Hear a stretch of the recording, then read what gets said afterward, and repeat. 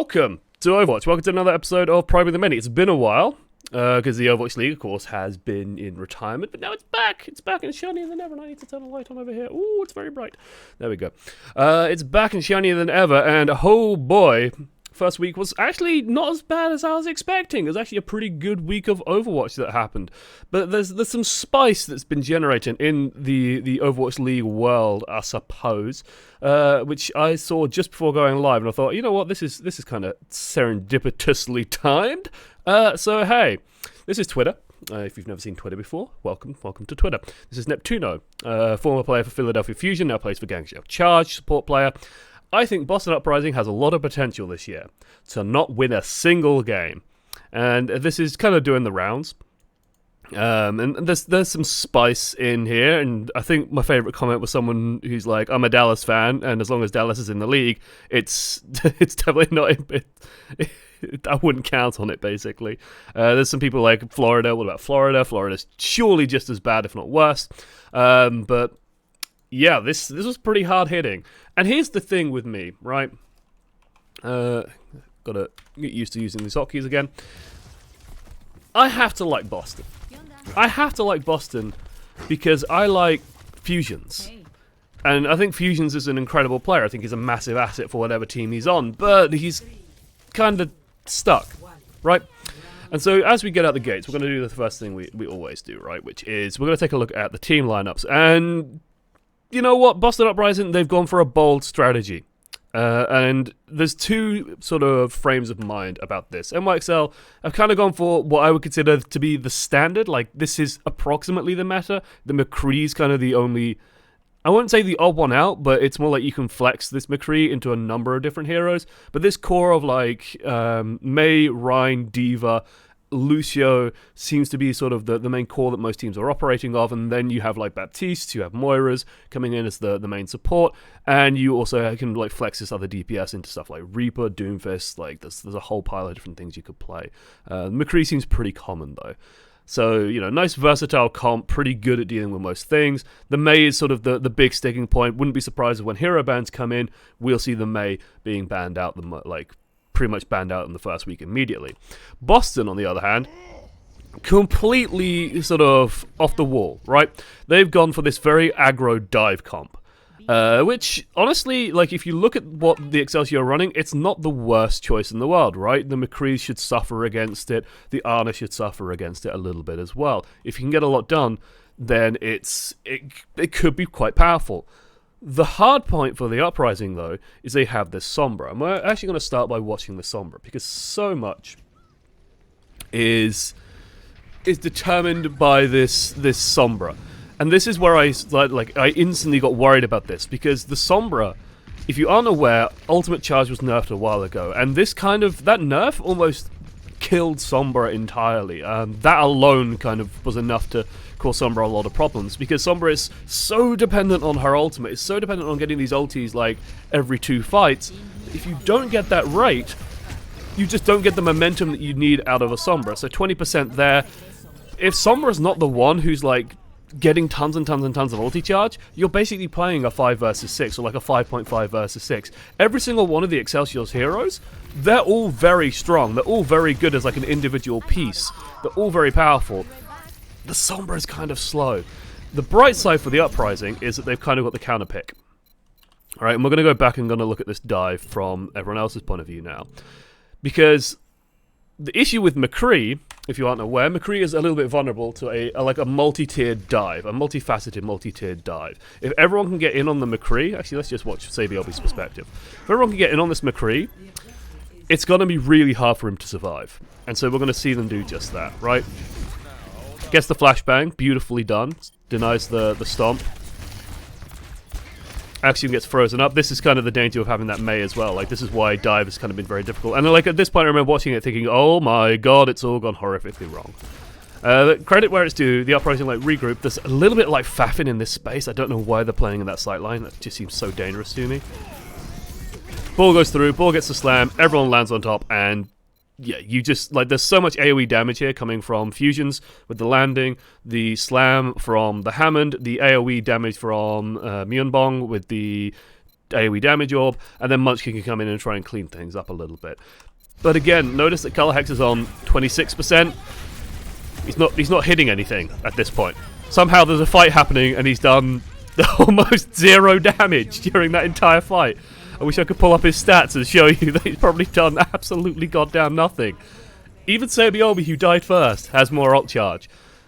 And I remember watching this and thinking, oh my god, this Sombra is a disaster. It's an absolute disaster of a pick. Because here's the thing, Excelsior, once these ults start coming online, they're going to be so difficult to deal with. And defending as dive, like, they have to get this engage absolutely correct, or it can go horrifically wrong. They make one mistake at any point here, and it's going to be a nightmare. So Excelsior, just get back on the point. Just to briefly discuss positioning, by the way. You'll see this happening a lot, I imagine, throughout the season, where if one team is playing dive and the other team isn't, this space here, like the little corner bit with the stairs, this area becomes super important.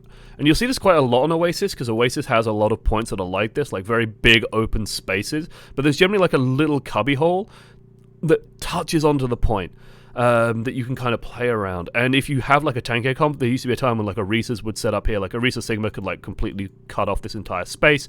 But you can do a lot with Ryan Diva, which is sort of hiding around in here, get your foot on the point, and try and force them to do something. Maybe take up here as well if you're feeling a little bit bold and spicy, while the other team has to play either the high ground over here, or they can like play around this space.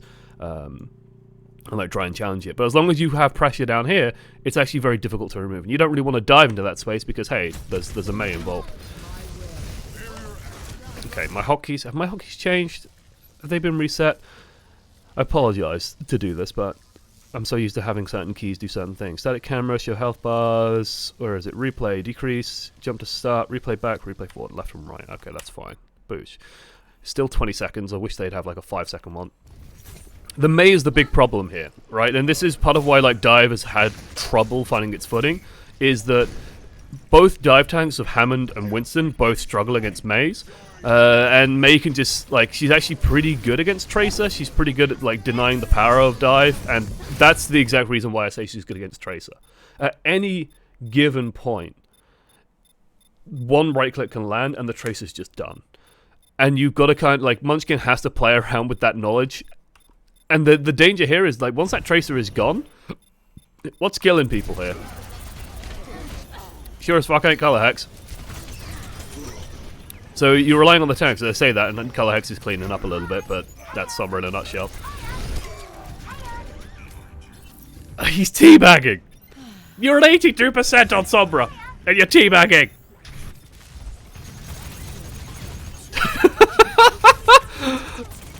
The dirty little sod. The dirty little sod. I don't mind a little teabagging. I don't mind a little bit of flexing. I don't think I'd be flexing in that situation. Excelsior makes some interesting changes. Very, very like odd team comp to play here. I'm mostly curious to see how Who Are You adapts to this. If I was casting this, all eyes would be on Color Hex. This EMP has to be huge. Who Are You though? Like Mei in a dive composition, like the Mei and Ana here, I feel kind of, well, the Ana especially feels very vulnerable. The Mei kind of feels a little bit alone, but it's a lot of pressure. Color Hex has to get the EMP right. Let's see if he does. Any second now. Gets the tanks. Doesn't get the Lucio.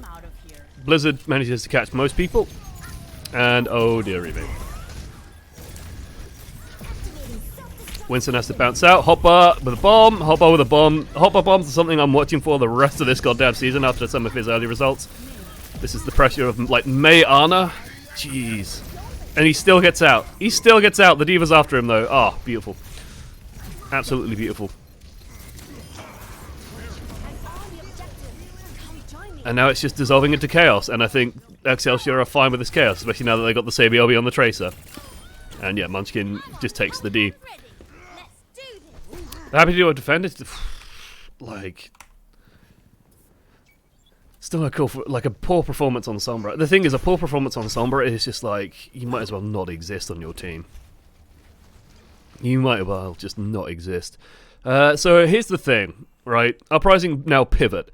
And this sort of thing I don't mind too much, which is like you play a team comp. And like this is something I've always wanted to see a little bit more out of Overwatch, which is where you play a team comp and then you try and push the enemy to like respond to your team comp. So you assume that they're going to play like meta. So you play something that like very hard counters the meta, but has a lot of weaknesses itself. Perhaps stuff like Sombra, stuff like Hammond, heroes that you can like play different, like certain heroes, and do a lot of damage against them and make them less effective. And when they start pivoting, when they start going, okay, we need to change a couple of things up, you change your comp very hard, very quickly, and you get something that will then beat. You know, it's wheels within wheels, right? It's counters on top of counters, and it's like going, okay, you're going to counter us, we're ready for it, we're going to counter you. The downside to this playstyle, of course, is that you have to manage your ultimates very effectively, and you have to make sure that the transition doesn't just kill your ultimate economy. And you're practicing 2-team comps, which is always going to be rough. Always going to be rough. But it's a bold strategy out of Uprising, because they clearly don't want to play Excelsior pound for pound.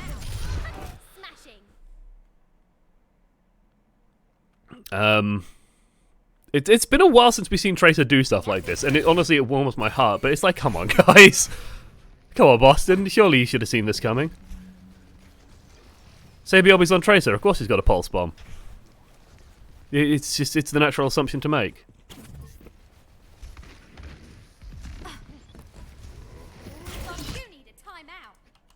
What's the reaction? What is the reaction? Let's go slow-mo. First of all, who is it stuck on? Is it on the Orisa? Is it on Fusions? We can even find out. Yes, it's on Fusions. And I want to see the reactions. Give me the slow-mo.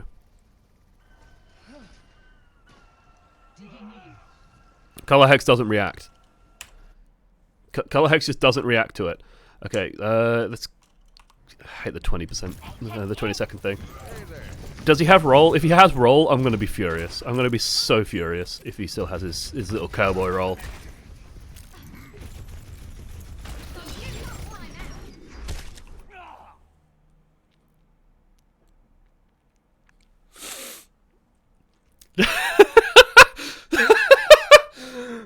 Oh no! I want to see Philly play. I'm super hyped to see Philly play. I think I'm supporting Philly this year.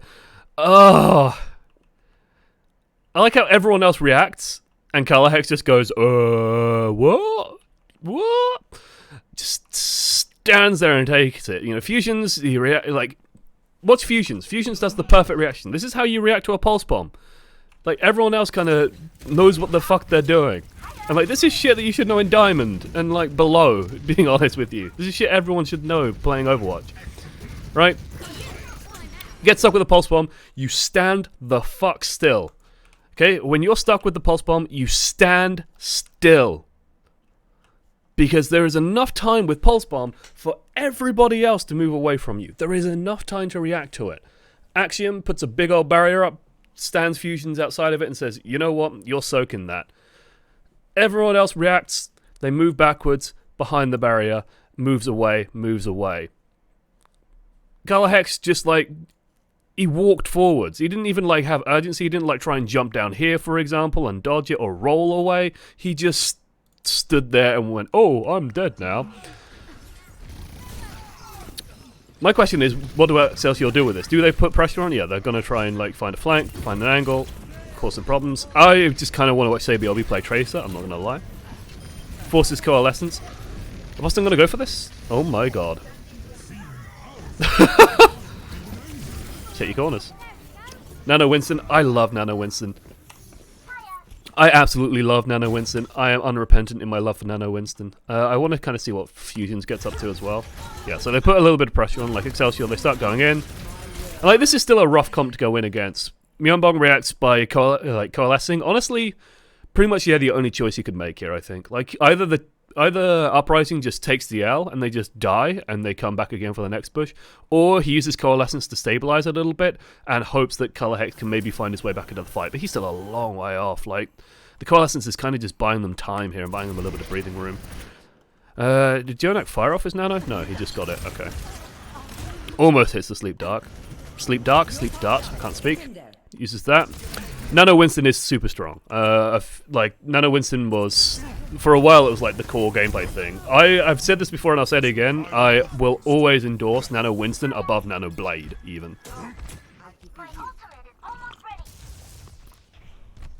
thing is, I have to support Philadelphia Fusion, Sneaky Boy, because Boombox is on there. Hayes was on there for a while, and then Chris was on there. Hayes kind of went away, but Chris is still there. Gypsy, like, I'm going to support any team with Brits on it. I want to support teams with Brits on it. I like Boombox. I like Chris. Maybe not the biggest fan in the world of Chipsa, but hey, he's not for everyone. That was weird. That was weird. Uprising won this fight in a single move. Like, in a single move. Mano spent one cooldown and won this fight.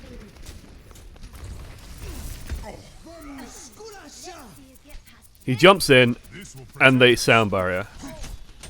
How do NYXL react? I'm hoping they just back off. Mano primals to survive, still dies. Like, okay, they caught him. Excelsior playing it slow. Yep, wait for the sound barrier to wear off. Still not going quite their way. A little bit of trouble, actually.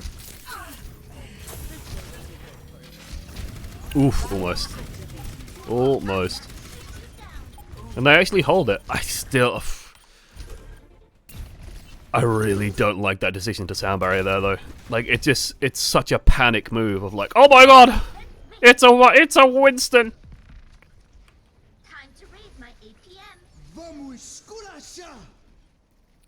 Because you can clearly, like, you can see what the intention here is from Mano. And by the way, like, this is why Winston isn't meta. Especially with the Orisa there. Like, the amount of control that Uprising exert over Mano is insane. Where he gets pulled, he gets frozen, primals, stunned, and then charged. And that's 1,000 hit points gone. Well, probably more like 1,400 hit points in total gone. Helplessly. But yeah, all NYXL need to do, like, if the Winston got out, great. Looks like you're, ooh, who are you with a bit of a panic there, it feels like. Like, they could still maybe kill Fusions. No, Fusions just walks out, calm as can be. Cool as a cucumber, that one. No problem. Good lad. 10 out of 10 performance from Fusions. Okay. Again, a lot of changes coming in. Excelsior know they've got to get back to the point and get back quickly. Collects with an interesting flashbang.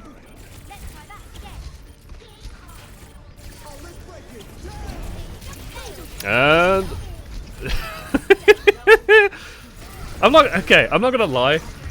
I instantly, like, this is the danger of teabagging. Okay, this is the absolute danger of teabagging, which is it instantly soured me completely on color hacks. Like, within 2 seconds, he started teabagging, and it's like, you don't deserve that. You don't deserve that. And then it's just nothing better than seeing a little bit of hubris just get utterly punished.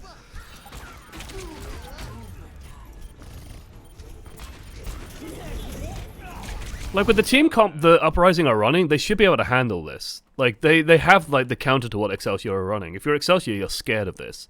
You've got, like, a very high-tempo dive playing into Mei, McCree, like, Orisa, Rhine. Now, Color Hex just gets isolated. Myeonbong misses some heals on him. There we go. Does get healed back up. It's all going well. It looks like they want to rotate to high ground? They have time to do it, I guess. Sure, because they're in control of the point, but the dive is at its most dangerous. Okay, let's talk about dive principles. Dive is 100% at its most dangerous when you're doing what I call translating, right?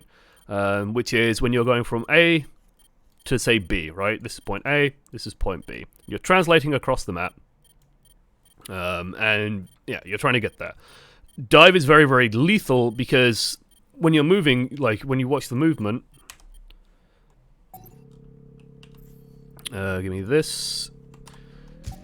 You'll watch everyone clump up. So, fighting. Kalax almost dies, comes back, and then they're gonna go, okay, we want to go to high ground, or we want to play in the choke. And they all move as a great big clump, and suddenly, everything gets more effective, right? The Pulse Bomb is more dangerous. The Diva Charge is more dangerous. The Hammond Slam is more dangerous. The Doomfist Slam is more dangerous. And Excelsior know that they want to engage hard on this because, hey, yeah, they've just spent Sound Barrier. Maybe the hope is that they lure them off point, but I don't think that's going to happen. I think Animo probably will just stay on the point. Maybe the Arna can, Jonak can rotate round, but knowing Jonak, he's probably going to go this way because he's an absolute freaking legend.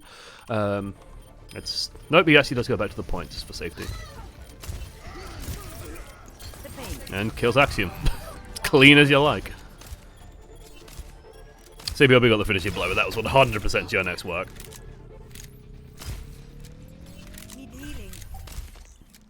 Just an interesting plan from Uprising. Like, they had the much stodgier, like, hey, yeah, we can just kind of sit here and fight you sort of comp. It just seems unusual to, like, want to run across the map. Who are you on Genji? This is what everyone wanted to see, and by God did they get it. It's also, it's good to just see Genji coming back into the game. Like, he's an explosive, exciting hero to watch. Soldier 76, who is this hero? In my Soldier 76 in my pro level Overwatch? Not on your life. Get that trash out of here.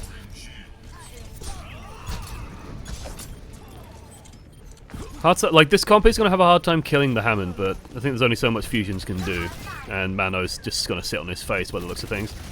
So BLB hunts him down, gets the finishing blow. Just a weird decision making, but again, the issue that Uprising face going forwards. One of the Lucio barrier was because he didn't realize how good the Mei wall was. Even then, it's like, it's such a, like, it's a signal, right? It's a sign, and this is getting more into like the fighting game idea of like, if your opponent, if you test your opponent and you probe your opponent, and you say, hey, what do you do when we do this? If his reaction, if Swimmer's reaction to a Winston jumping in is, oh my god, ult, Excelsior can 100% exploit that. And like, the idea is that Mano files that information away in his brain. Hello, Mei. Your true colors have been shown. Mano files that away in his brain, and he goes, okay, every time I jump in, or every time I do something aggressive, Swimmer might panic and do something. Swimmer might, like, overreact, and hey, that's going to be huge. So this is something interesting. This is a problem we had in Team UK for a while. I remember this happening, at least the year I was involved, which is that Sombra was fairly meta, but the Sombra, like, we had people pass it. So last round, Color Hex played the Sombra. This round, Munchkin's playing the Sombra because they want Color Hex on the Pharah. So it's like, they want to play these comps with, like, everyone plus Sombra. And sometimes that everyone is going to include a McCree or a Tracer or a something else. And sometimes that everything is going to include a projectile hero, like a Pharah. So both of these people need to know how to play the Sombra. And I find that never really works out super well. This is an interesting choice. I mean, Ball Orisa. Orisa's a little bit independent, I suppose. So I think the idea here is, like, the Orisa and the Baptiste are going to play pretty much together, and then everyone else is just going to be doing their own thing. This is like a very scattered comp. Hopefully we should see the positions kind of reflecting that, yeah. So you have, like, the Pharmacy that should just be putting pressure out. It's going to be spamming here. It's going to be spamming here, ideally. Playing around, like, all this high ground. Playing around up here. Playing around over here. Like, you can do a lot with the Pharmacy. You can poke a lot of angles. And then you have the Sombra coming in, looking for occasional hacks. You know, if you hack the Diva, for example, could be very vulnerable. And Hammond just trying to cause some disruption. The danger, I think, is that the Hammond can't really play in this space, right? You got all this tunnel over here, and I think if the Hammond tries to go in here, he's just going to die to the Mei and the McCree. Like, if CBLB lands a flashbang, he's done. So Axiom's going to have a tough time. A lot of pressure on the Pharmacy. Whenever you see a Pharmacy comp, like, the Pharmacy has to deliver. And in my mind, it's never really about getting kills with Pharah. It's more about building that barrage nice and quickly. So again, we're going to be relying on Color Hex to get this ultimate super quick. Because the barrage is kind of what converts into kills. Is Hopper chasing the Mercy? I'm guessing this is because I'm not a Diva player, right? I don't play Diva much. I played Diva for like half a season. And yeah, it looks like he's like using the new boosters, and he's going to try and like pressure the shit out of the Mercy. Very passive. Hunts her down, and he's just going to do loops around there, I imagine. And like, you think that this will be the time, right? Because generally when you see Divas in dive, a Diva in a dive comp is usually used to protect the supports, right? Jonek is like a very vulnerable point on this team. Because it's an Ana. Ana is vulnerable to dive. But they can't get to the Ana because there's a McCree and I'm guessing the mates actually no, McCree and May are hanging around Jonak, yeah. So they are making sure that the Ana isn't vulnerable at all. Covering each other. Playing it slow. They know they have like a little bit of time on their side to try and do something. My question is like, how do Excelsior win this fight? How do they kill someone? If Uprising play this super slowly, how do they actually kill someone? As long as no one overextends and gets like picked off by the McCree, it's going to actually be very difficult to land a killing blow. So I'm guessing, yeah, so, okay, first and foremost, yeah, that shouldn't happen. Second, the point that they can actually attack is fusions. It's the only thing they can actually go after. It looks like they do just that. And yeah, they just mob him. Down goes the Immortality Field nice and quickly. Colorhex does get some kills. I mean, this is the danger of killing off Aura, is that Pharmacy will just res it as well. The res is very nice. I will not waste this opportunity. I want to point out, like, this is why I think Boston are going to struggle, and this is why I think buying, like, low-value players is going to be a tough sell. And then, like, I know they didn't pick Colorhex up just this season, I think. No, they didn't. Trust in your own brain, Josh. Trust in it. It's like Colorhex has the fourth lowest ult charge, fifth lowest ult charge. The only people with lower are Animo, who's just been stuck back here doing nothing. Mano's just been a punching bag, so yeah, go figure. Hotbar's just been like being annoying and just bouncing around. But Colorhex, like, he shouldn't be this low on ult charge. He should not be this low on ult charge, especially because Hotbar hasn't been just like stood around eating all of his D.Va shots, eating all of his Pharah shots. Like, how does he have no ult charge? A lot of faith in Sabielby to do this, but it does pressure them out. How do you charge a Sombra? Teach me, Mana. Jonak is the best DPS. Jonak said. Jonak crazy.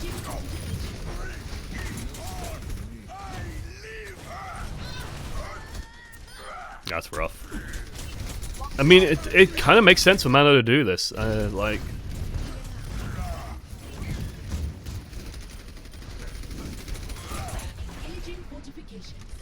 because it's just fusions and Myunbong.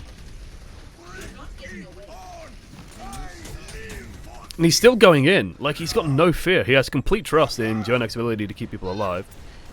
Munchkin crosses the street at just the wrong time. And you think, like, Mano should die here. Mano should be dead here. Takes a while, but yeah, they get him. Okay, Colorhex, there's no barrier. Let's go. Let's go, Colorhex. Let's go. Let's go. Let's go. Let's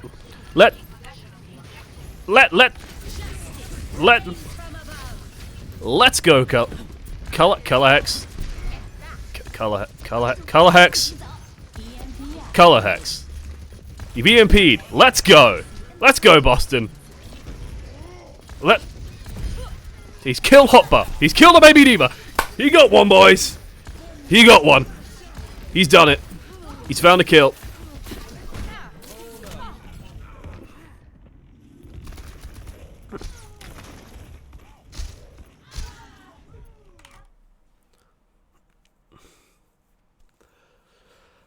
Ladies and gentlemen, the Boston Uprising. Like, come on. I want to see this EMP as well. Like, EMP is such a good ultimate. It's so strong. DMX Hotbar, huge result. Huge result. They have no tank.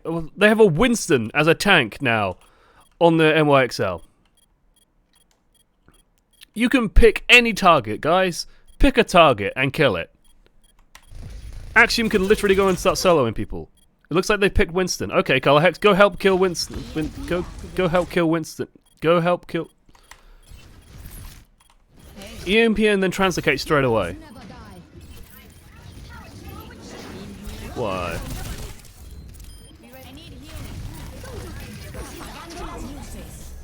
Okay, okay, Blizzard counters the pressure of the Blizzard. Halt Minefield. Nice combo. Very nice. Did Axiom not land? Did he not pile drive? He didn't have it.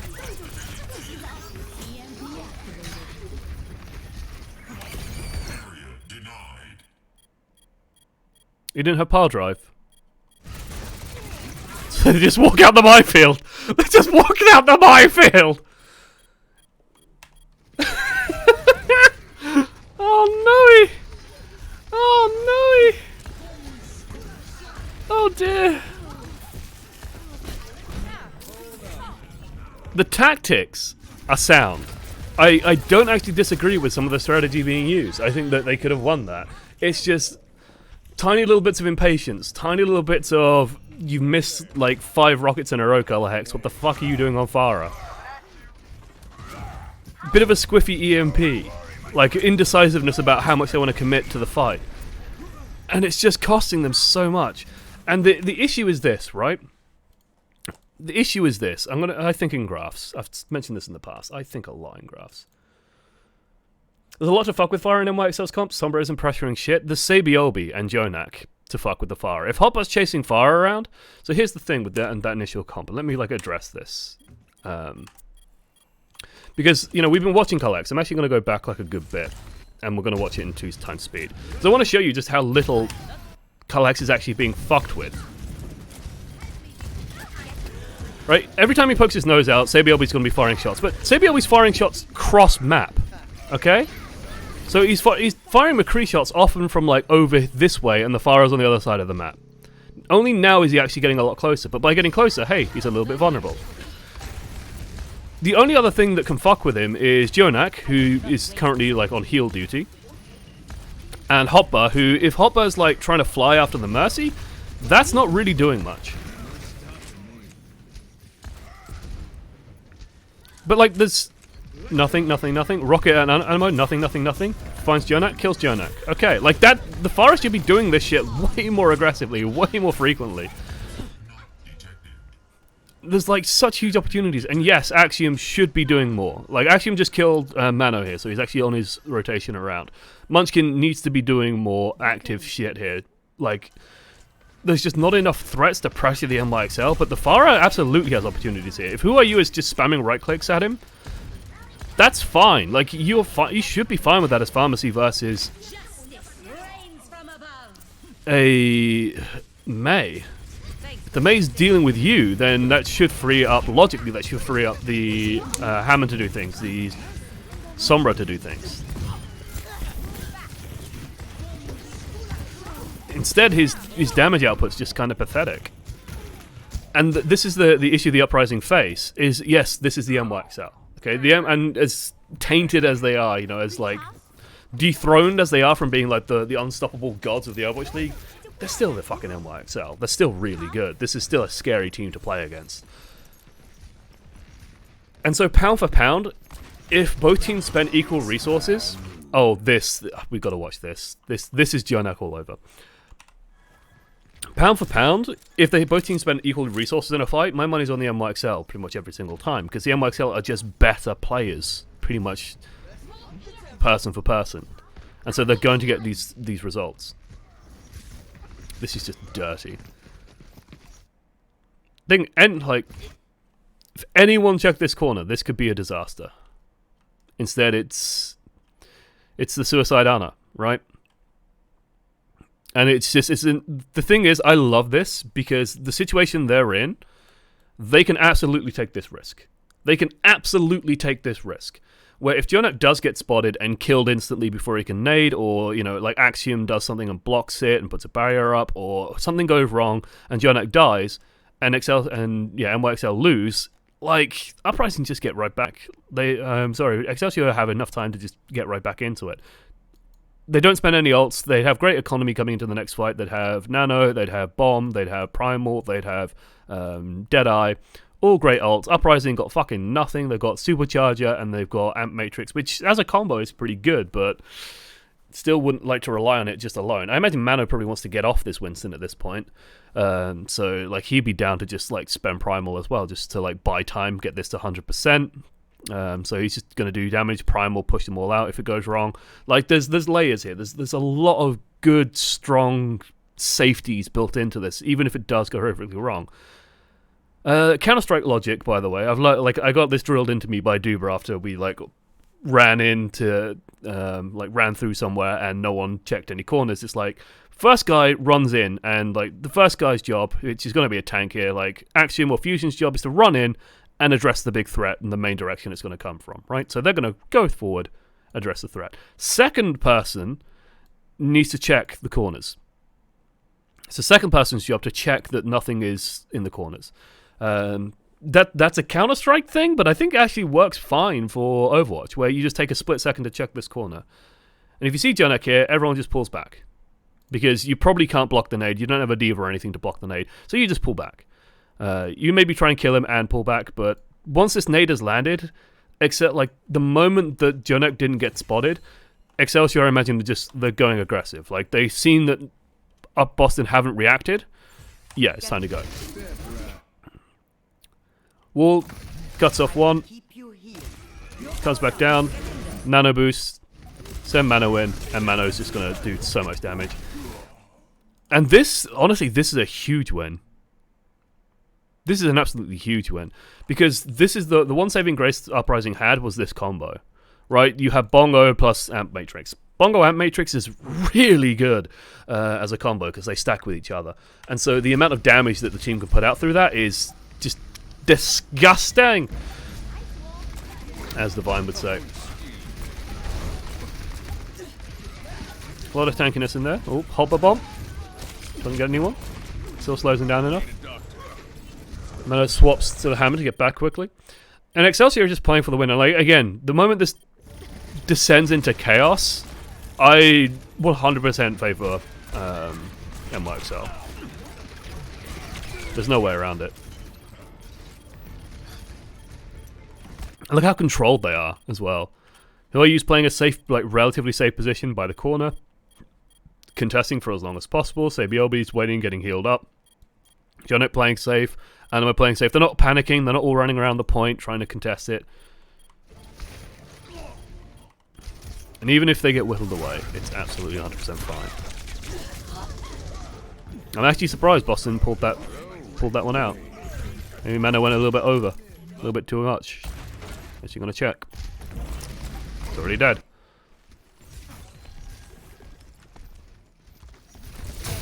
Is this the power of that combo? Stun primal. Like again, this is why Winston doesn't matter. Like this is kind of nice out of Boston. This is the second time they did that.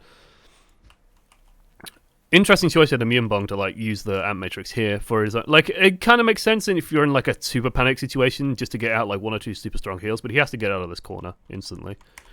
Does it with a nice jump. Fully healed.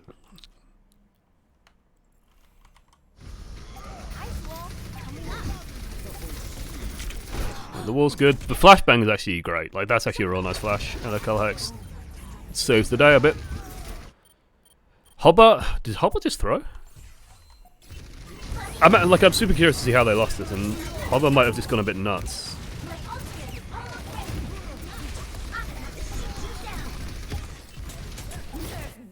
Yeah, to me this is the classic mistake, which is you end up throwing the bomb. Like what he's done is he's assumed, I think, that NYXL are like putting on a lot more pressure than they are. And so you throw the bomb back here, and it's like, oh, well, they're taking like tons of damage from this way. So they're going to be stuck, right? The bomb's back here, they're dying this way. They just run out, and someone kills Hopper. Well, most of them run out. Myeonbong gets himself cornered, but like the hope is that someone dies in this second, but no one does.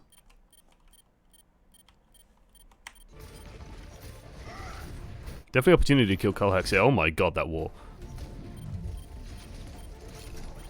Myeonbong with no Amp Matrix, no Immortality Field, rather. Ability names. It's tough. It's tough, guys. And then, yeah. Slow whittling down. They get into positions. Excelsior finally on a proper tank. They have Blizzard. Hello, mate. Hello, mate's corpse. Jonek has another nano? Jonek has another nano boost. It's worth mentioning he kind of used it at the start of that fight and built up a whole other one. Pretty good. Pretty fucking good. Munchkin, this... Get your pulse bomb, lad. This could be huge. He's got to play so carefully around these angles, though. There we go, he's got it. This better be good. This better be good. It's gotta be good. It's gotta be good. It's gotta be good. It's gotta be good.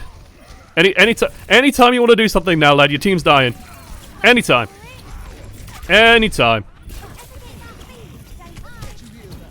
Anytime. Anytime. Any second now. It's gonna...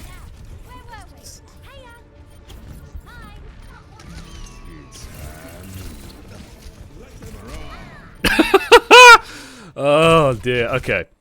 What the fuck went wrong in that fight? A lot of things. Uprising just didn't do anything, it feels like.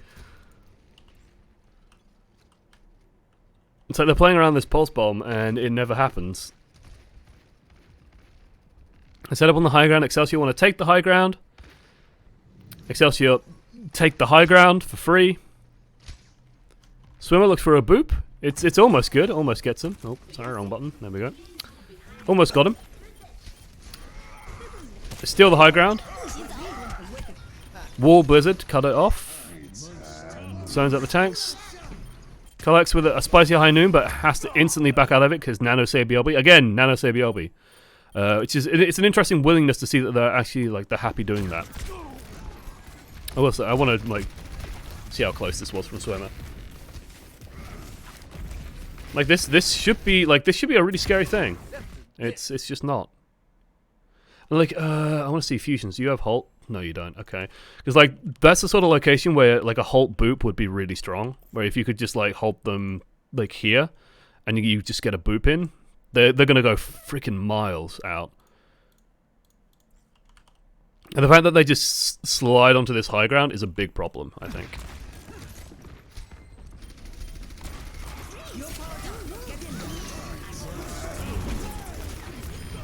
Yeah, very aggressive Nano, like, onto Sabielby.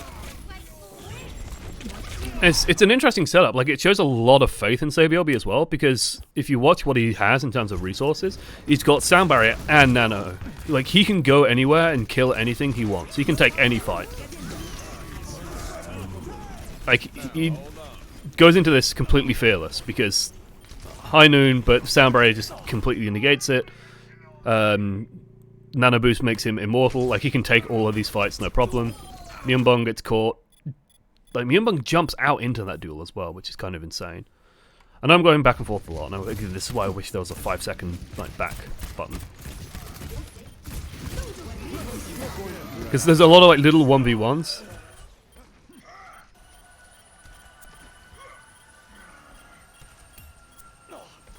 Like, he's absolutely insane to take this fight like this.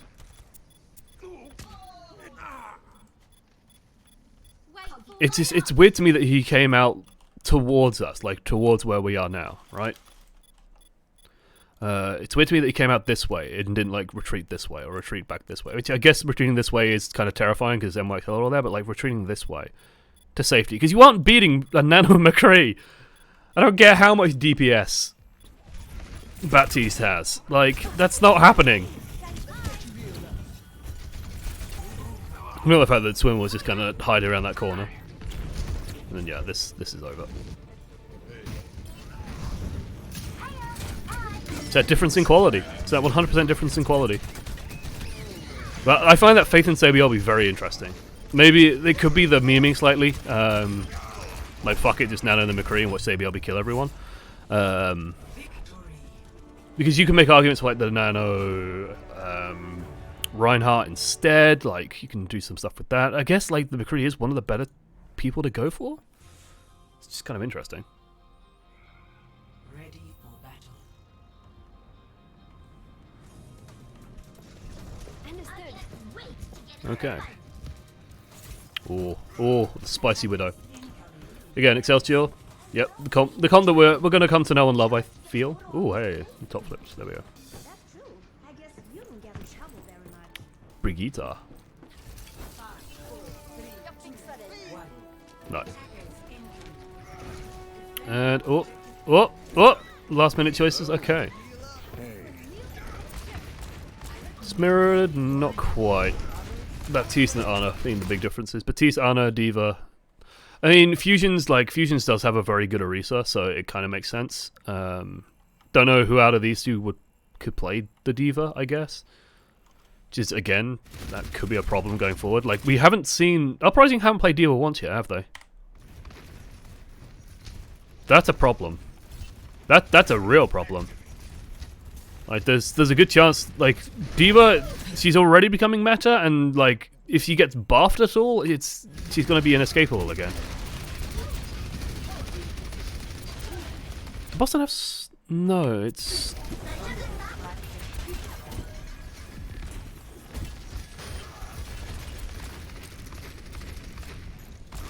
Okay, position, taking the time, building up ults. I mean, in theory, Uprising should be able to take this straight fight better. They have double barrier. Like, double barrier is just stronger in one-on-ones. Diva can't eat as much as an Orisa barriers can. And Sabi will be like taking risks here. And this should, like, ideally, like, NYXL need to do something, I feel. What they might be doing is trying to build up NYXL as much as possible. Yeah, it looks like that's the plan they're going for. And then Nano Mano. Great wall. Great grenade. Uprising react appropriately. They back off. They need to keep backing the fuck up. Don't know about this one. Ah, it works. Okay. Okay.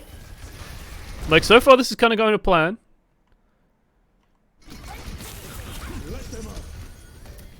Bit of a squiffy, no, it kind of works. They blocked it? No, they didn't fully block it. Swimmer's down. Swimmer being down is not a big deal. Like, you still get the benefit. And this should just be a slow grind onto the point. Yeah. Sound barrier re-engaged shouldn't matter. Like, this should be a win. I can't remember if it was or not, but it should be a win. There's no way that NYXL will come back from this. Yeah, they played that fine. Like, the tactics seem fine. And that makes me kind of happy to see, because I know that it's probably Fusions shouting his little voice into ruins doing this. And I'm glad to see that, like, the in-game decision-making seems to be okay out of, like, groups. How's your day going, Josh? Not too bad. I think the throat thing I've picked up seems to be fading slightly. It's not as bad today as it was yesterday, which is nice. Otherwise, it's been pretty quiet day for me today. Interesting. This is actually kind of weirding me out. Let's talk about this. Transition from point capture to next point. Very, very, very, very important in Overwatch. Right? You cap the point, and you want to do something afterwards. Especially when you win with this much of an advantage, right? You can see, like, NYXL will even go in for, like, oh, well, you guys are kind of stuck. Just die on point, right? And so all that's left over here, as we can see from our beautiful overhead view, is that there's 3 heroes. There's 3 people contesting this high ground. If you can get Baptiste, Orisa, McCree, May, and sure, Reinhardt on the high ground and just sit Swimmer on the payload, what do you think happens to NYXL? What can they do if you just get, like, set up here and up here? They're going to be stuck, like, hiding back here, right? They're completely pinned back in this area. It's very difficult to break a double barrier with McCree May, like, at a distance, so they're going to have to close in. They're going to have to regroup, try and close in, and as they do, you just fall back and go to the point. So it's very strange to see, like, they kind of poke up, they kind of poke up, they kind of poke up, and then they push out. And I don't quite know why they pushed out when, like, Sabielby died super late, Animo died super late, Mano died super late, and it just means NYXL can actually get into position. Like, they can actually get a position they want to fight in and contest this entire first area. If you take this space, they can't contest this. It's very, very difficult to go and contest this. Like, if they try and run past you, you can definitely get to it pretty quickly. Like, Like Swimmer can just go and pick you up. Like, they're not going to kill Swimmer as well if they do manage to like go through. Like if they go through the tunnel down here, Swimmer can just Lucio his way out. Like it's fine. Fear. Like look how pinned in they are. Look how scared they are. It's like you're winning, guys. You got ult advantage. It's going your way. Why? I remember this, and this was actually kind of beautiful. Is it all a trap? Is it all a bait? Did I just get baited as well? Did I just eat an Earth Shatter? Is that what happened to me?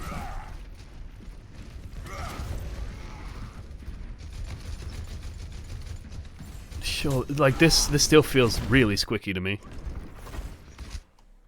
Because if all NYXL need to do is set up and like play like here, or they can play over here, and you just send Hotbar to contest the point a little bit, because Hotbar can just like rock it out and then come back and rock it out and come back and slow it down, and then you just poke, set Mei up so she can wall here or wall here as necessary, and you can do whatever the fuck you like.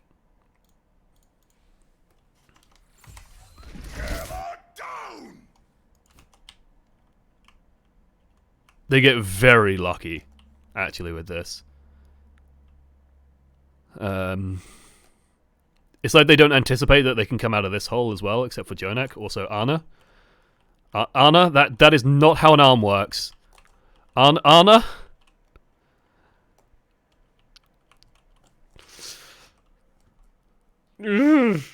Jonak is so dedicated. There's something that I've heard being referred to as an arm breaker, which is, it's usually referred to like Widow players, and it makes sense that Ana can do it, like Widows, Orps, stuff like that, where it's where you do like a flick, and it's like you go whoosh, and you're like, okay, that didn't work, it's like it's not sensitive enough, or rather, it sort of compensates for it, where you like jerk the mouse as fast as you can, and you break your arm to do it, to like get the snap. Janet clearly just did it, but with a sleep dart. Almost gets it. Like, that's... Jesus, Jonak's good. I want to watch it. I want to watch Jonak. We're watching Jonak. Forever now. That's all we're doing. That's all this show is watch Jonak and just go, oh my god, he's so good. Yeah, he spots it and it's just like a split second too late. It feels like they didn't account for it. Like, no one is prepared for this. It feels like Mano needs to be like dealing with this, and Who Are You needs to be like blocking this off. If they plug this hole and then engage this way, what the fuck do Uprising do? there's no good answer. They just get stuck. They just have to like hide in this room and then stay here forever. Like, they have to hide in this room, and then I imagine what would happen is they'd go out here and then have to come around here. And then Excelsior are playing this corner, and they're kind of probably fine doing that. So this... a little bit of overextension, a little bit of luck, good debate, risky, and I think what the point I want to really emphasize is risky for no reason when they could have just taken high. Like, they could have had this position they're taking now from the start. So dedicated, she'll dislocate her arm to save her team. I mean, yeah. So thank you for the bits. Very appreciate it. Could it be they don't have a very mobile team without the diva? Like, I think they're still fine. Like, if Excelsior want to try and engage into them, that's okay. They have ult advantage. Uprising had ult advantage. They're still okay with that. There's plenty of time to, like, the thing about this space, like when dealing with like contesting this space, it's very difficult to sneak up on someone, right? You're going to have good idea of if they're coming this way, or if you don't see them coming this way, spoiler alert, they're probably coming this way. And even if they come this way, you got time to react, right? This is very open. Like, as far as like maps go, this entire area is very, very open. So having control over this space is huge. It's really nice. And like, you can see how difficult it is to like deal with it, and like how Excelsior are struggling to find an in. And we saw a lot of fights come down to like controlling this space. So hotbar, good shot. Another good shot. This McCree on the high ground, like, this might be greed on Hotbar's part. I actually want to check. Hotbar might have got himself a big head with his diva bombs. I think pushing the McCree off the high ground is going to be a very, very high value thing to do in the future. yeah, he kind of goes for it there and then goes for the bomb, and he fails on the push. We're going to watch this from third person because we can't really see it otherwise. Also, yeah, another, like, I remember watching this. Very, very jumpy with the amp matrices. Alright, so it should be around now. And, like, what they need is Hopper to just go and shove Color Hex off the high ground. But yeah, he just, like, pushes out. Don't think Color... Oh, no, he does have Flashbang. I guess Hotbar didn't have Matrix. He still has some Matrix. He should be able to do it. Maybe I was hoping the Diva Bomb would be able to do it. Like, it's a cracker of a bomb. Don't get me wrong. Like, it's really nicely positioned. Very difficult to deal with for the fight below. But I don't think you can leave this McCree up here uncontested. Like, they need either Animo or they need Hotbar to push him off it. And if you get that McCree onto the low ground, it's so much easier to control this fight. Because otherwise, like, look, he's just... It's an uncontested Widow at this range, but better. It shoots faster. Color Hex is woken up! He's doing it! He's doing it! Sabielby shuts him down, again. Respawns. Really nice buy in time. This is actually going to be difficult to clear off. Something like this is very cool that you can really easily incorporate into your own play if you're playing Diva, which is you notice he like went up to the point and he just stared at the floor to get rid of his head hitbox. Really simple. Really simple, but like he's not like staring and fighting. And I think there's a certain like animal part of your brain where it's like, oh, I'm gonna fight this, I'm gonna fight this, I'm gonna fight this. But instead, he just turns and looks at the floor. And that's all he's doing. And then when the Ana comes out to start healing him, now he can start fighting. Now he can start actually taking that fight. The moment he starts taking damage, faces away again. Let's the Ana top him up. Janet pays for it with his life, but Hotbar survived, respawns come out, and suddenly Excelsior are contesting this point again. How about hoping to eat Snowball?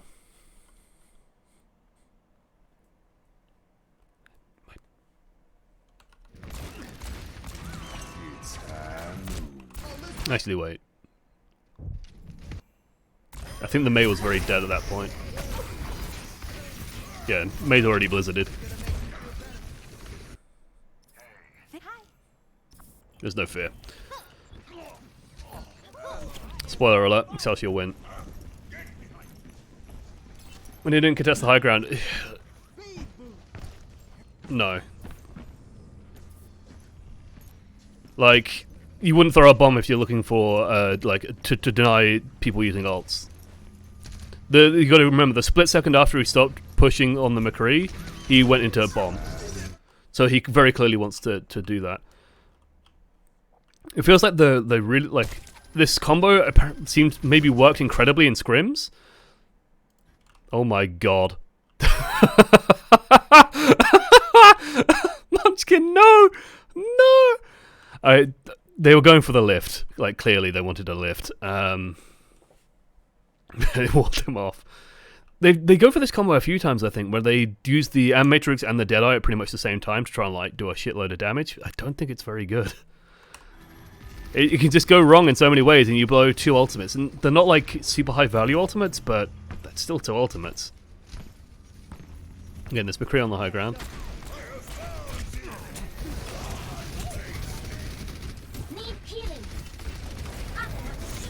Tries to push people off. Gets one. That's really good. They have to drop. Oh no! Of course, Batiste. Oh, the wall! It almost gets him off. They do get Axiom off though. Like, the thing to emphasize at this point is this all comes down to high ground control and, like, controlling various people on the team. And they did it this time. Like, this is more what this fight should look like from the NYXL's point of view, which it's kind of a bad testament to how badly it's going, I guess.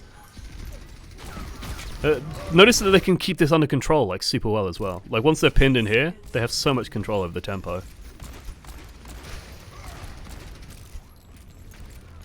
They can't really chase into there, but... ooh, are they going to catch Axiom? Axiom's kind of stuck, like you can see, he's kind of nervous.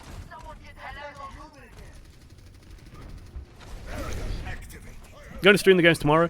I'm going to chat... I might not actually, because it starts at like 9 o'clock my time, so I might just finish my stream at 9.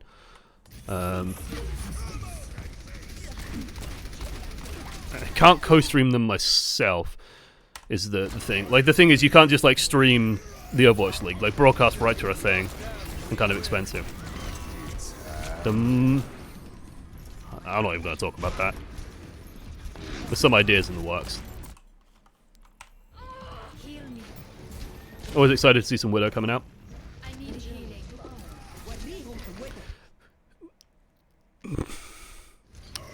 So this is where I get annoyed, and it's like, why pick Widow at this point if you're just going to play it inside the team?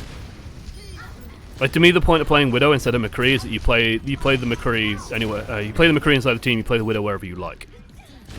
Whoop! Whoop!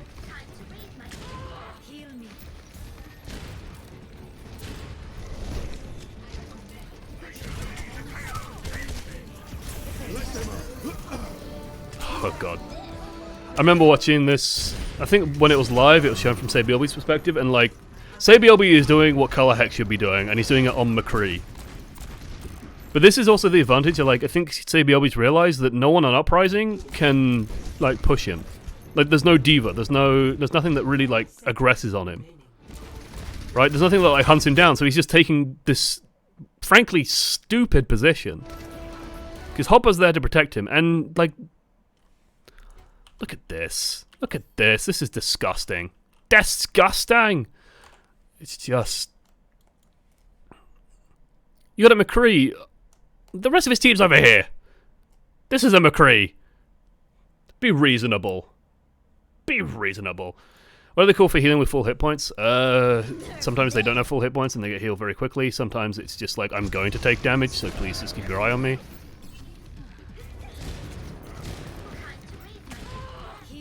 Like, yeah, they call for healing there, and it's like, took 50 damage. 50 damage is a lot in Pro Overwatch.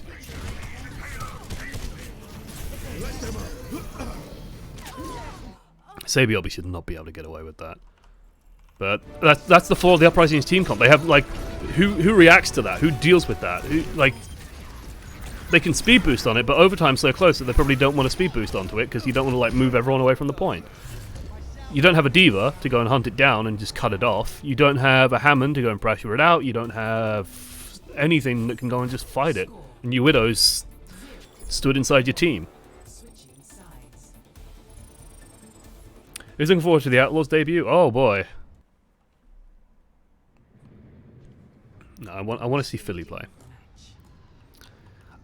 I will say I'm going to very briefly mourn my boy Cruz, because I think he's dead, judging by FD God's performance on Paris. I'm not one for standing around. FD God kind of just came out with a stunner, did really, really well on the old Lucio. Good luck to Cruz. He's going to need it, I think.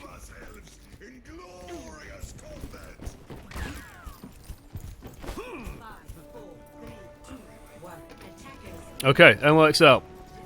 Same team comp they've always been running. No shock there. Uprising, double barrier. Baptiste. Playing very far back. Honestly, after seeing how well Excelsior like did a setup, wasn't that with a Winston though?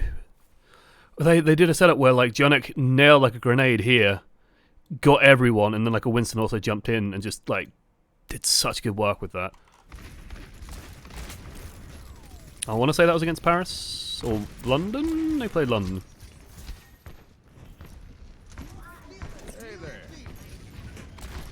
Look, my memory for facts has never been the sharpest. I know they played someone. I know that play happened. I can't remember exactly against who. I think it was London. I'm 90% sure it was London. So I don't think they play Paris. Hey!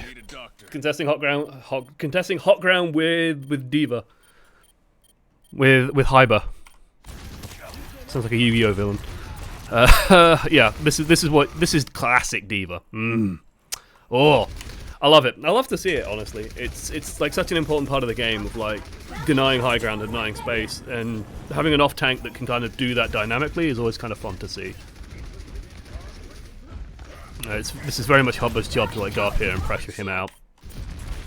And it's up to Color Hex to find a way to not lose that high ground. Because now that he's up here, like, this is great for Diva. She's fine being here. The range isn't great on the Matrix, but she can still eat up a bunch of stuff. Like, what's Karlhak's doing during all this time? He's just kind of stuck by this corner. Notice how much easier it is to control him. What? What?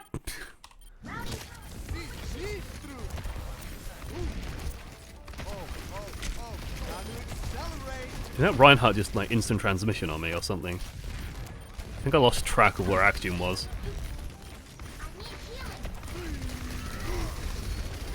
Yeah, I did. Okay, there he is. Oh, fuck! Down he goes. Poor Lucio. What a scream. What a scream.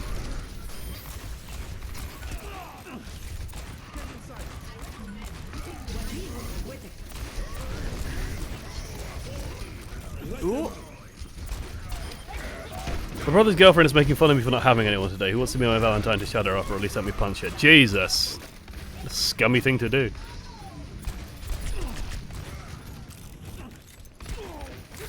It's fine. It's singles appreciation day. That's the true Valentine. I want to draw your eyes to something. The NYXL are going to do. The Boston did not. So, yep. Shut up. Win fight. Oh look. Oh look. Look at this. Look at all this ground being taken. Look at how much space is being taken. Look, Boston died super early. Excelsior still taking the ground. Make them fucking work for it. Stop the payload. Look at this. Look how much control they have.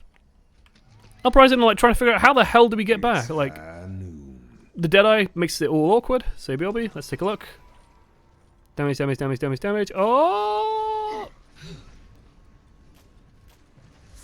This is gonna hit like a truck. Bop, bop, bop. Great use of the blizzard in the tiny space. Please shoot the immortality field. And oh look. Like, yeah, they took losses, but hey, I think they won this fight. I think you can count this as a win. I think there is a hot, spicy Lucio battle happening. Or there's some kind of fight happening on the payload. I think Swimmer just went for it. Yeah, Swimmer saw the writing was on the wall and was just like, ah! Alright, this is come out the king, you better be prepared.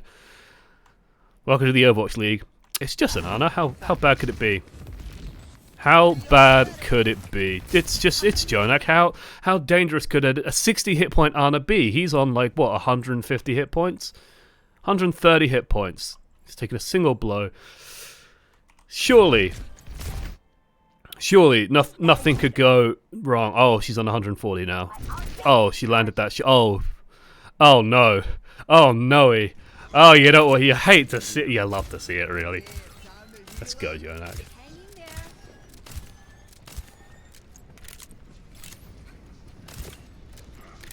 Today's the best day not to have anyone. It saves you money. Damn straight. Look, yeah, Valentine's Day is literally a corporate holiday, like, made up to sell cards and gifts and chocolates. It's stupid. Get you a girl or a lad that doesn't really give a shit about it. Just go and have a nice time today. Don't worry too much about expensive gifts, and don't get, like, too concerned about it. That's my philosophy with like every holiday. That's my philosophy with birthdays, with Christmas, with everything. Is don't like if you start getting obsessed with oh you must buy gifts and cards and all this kind of shit. It's just like no, just go and have a nice time.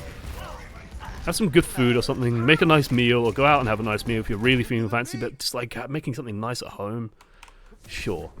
An excuse to just have a nice day, sure. But like getting into like oh yes, this is a super special important holiday. Just no, fuck off. That's corporate bullshit 101. Beautiful control out of Excelsior. Like, it feels like they have an answer for everything that Uprising are trying to do. I need a doctor. He needs a doctor. And he's got one. Are we about to see Sabiobi's power hour again? High ground control. He's just doing what he wants. Is that a Nano-Mano? Nano-Mano. Gets in, lands a shatter. Even with 2 barriers. Like, beautiful. Like it feels like again they have an answer for everything. They push them into the tiny space. You get pushed into here. Okay, we're going to nano the Reinhardt, send them in. You want to play high ground? We can block you off with May walls. Control that. That's fine. Keep the payload moving. You're eventually going to have to contest this somehow. They're prepared. They're practiced. They're clean. Mwah. Who's your favorite single player to watch in Owl? My answer will probably surprise you. Kariv is my general answer, actually.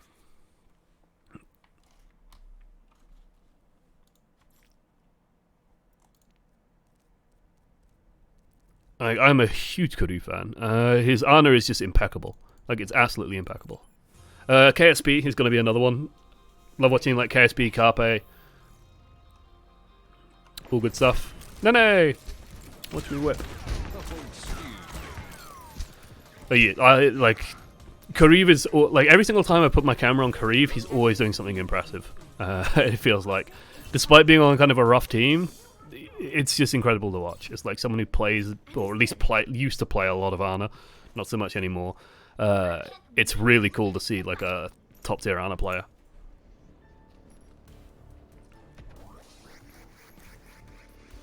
Also, like, I watched a lot of KSP's footage, like, before all this, before doing the live, and, like, honestly, I think he underperformed this weekend. Like, knowing what that lad can put out, I think he underperformed this weekend. I think he can actually do a lot better. Okay, we got the old Hanjo. He's joined us. Time for some hand jokes. See what they can do. Looks like they're contesting the choke directly. Been given a little bit of space by Excelsior. This is kind of cute. The Diva. Isolated to target. Like, Hopper just playing, like, all the really obnoxious positions. I actually really like this. This is a cool style of Diva. And I guess this is a Diva in, like, a no-tracer world, where, like, everyone's kind of fighting directly, right? Like, the line of attack is clearly like this, right? They're clearly like, okay, we're just fighting here, and that's all we give a shit about. There's nothing like coming in from the side. There's nothing like flanking on the back line. So Hopper doesn't actually have to do anything with the back line. He doesn't have to think about Jonak or think about Animo at all. Like, he's just fine playing with them, fucking with the DPS. And you notice he starts here, goes in, does some damage, and then goes out here. And then he came in, and then came back out here. And he's just, I think he's just going to keep doing that. Like, I kind of want to just watch Hopper and just see how he moves. Or he's just playing, like, these odd angles. Goes in, comes back out, sets up on the odd angle, once again, out of line of sight. It's just really obnoxious, like, annoying to deal with, because he's always going to be there, and you can't stop him being there, because Diva's cooldowns are insane. Gets back up, sets up on the high ground above the team, shelling damage, putting that mobility to work. Swimmer has committed suicide. Down he goes. That's so cool. That's so cool to watch, right? Because it's like, it's really putting that agility to work. And you notice he's not overcommitting ever. He's just always making sure that he's going in, blocking some damage, dealing some damage, and then he gets out. And it's just like omnipresent and obnoxious as hell.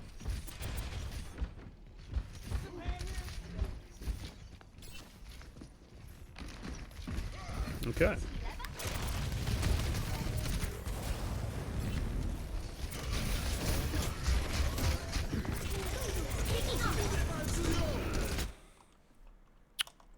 This is an interesting decision. Not entirely sure I agree with this. What prompted all this to happen?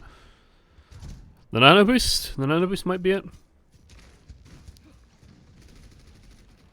So this time NYXL go proactive. Great Sonic Arrow. Like, that's actually fantastic. I actually really like that. Just putting it on that corner so that they can even see this aggression coming. That should give Munchkin time to react. Walls on cooldown. Okay, no, that's fine. Like, this is why Mei is so good. Yeah, this is a disaster. That Sonic Arrow is really nice. Bomb doesn't get anyone. Surprising. Yeah, just break it. I'm so glad they've added a graphic to doing damage to the wall. Like, that's really long overdue, it feels like. Why is this so slow? What the fuck? How are you gonna lose this? You can't lose this. This is impossible to lose. You were like 3v6 at one point.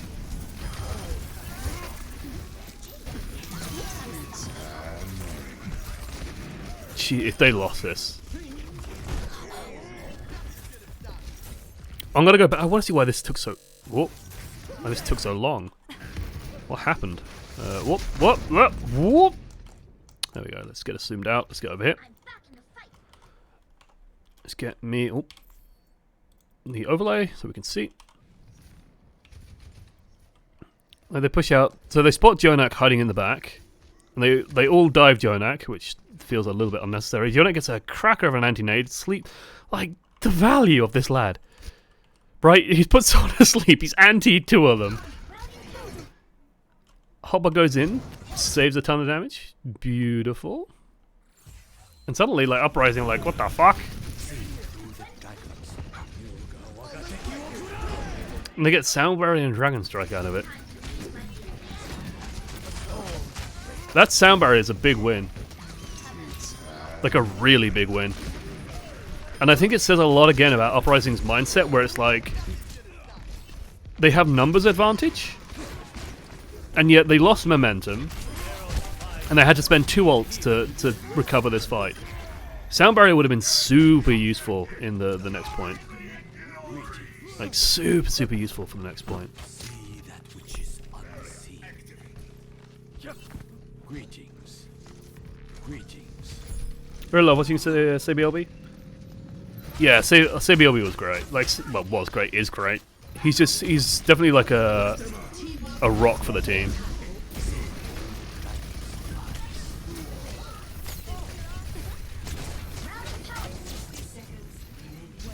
Not always the greatest player, but like Tracer might come back this year. I kind of hope she does.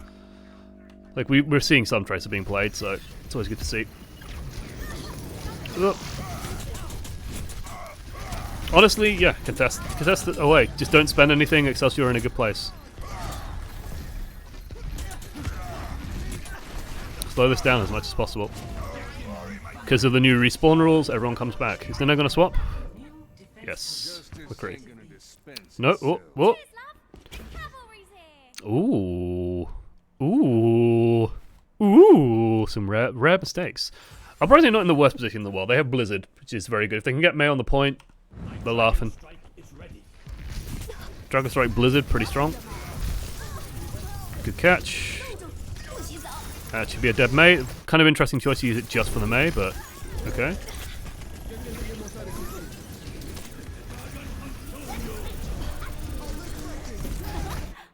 Another very early Sound Barrier. I guess they're antied. Again, like Swimmer seems very trigger happy with these. We're gonna watch Swimmer in a second just to like see how it goes, but this looks like it's over. If I remember right, do they come back? Do they come back? Or am I thinking of a different game? Tracer doing Tracer things.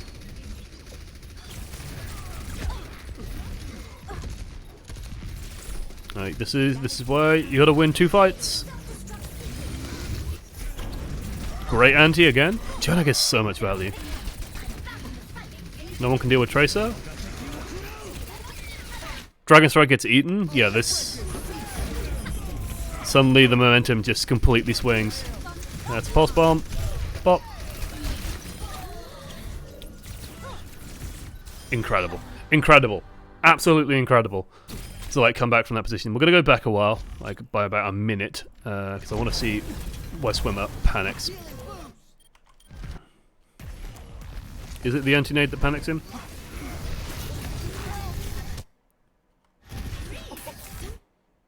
It's boot out. Launches back in. Like good movement.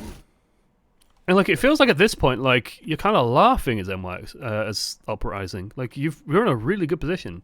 Munchkin, like using the Blizzard there, I'm not the biggest fan of, but sure, it secures the kill on the May, gives you some momentum. Definitely stops this Winston doing what he wants.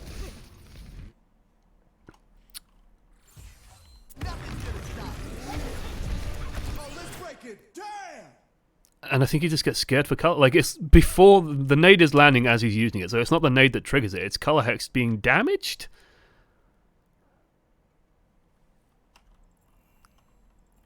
And I'm guessing someone called for it, but like the only person in danger is Color Hex, and honestly, Color Hex should be fine here. I don't think anything's going to kill him. Anything's in like threat of killing. Actually, Animo might be able to get on him, kind of. It feels very panicked. Again, it's like I want to note this, like it's something to keep in mind if you're playing Boston that Swimmer panics, Swimmer spooks. And they will use these ults very early. That's very good information. He cut the blizzard off? Yes, he did. That's a huge kill. And they still lose this. This is always heartbreaking when it happens. It's like the worst feeling in the world.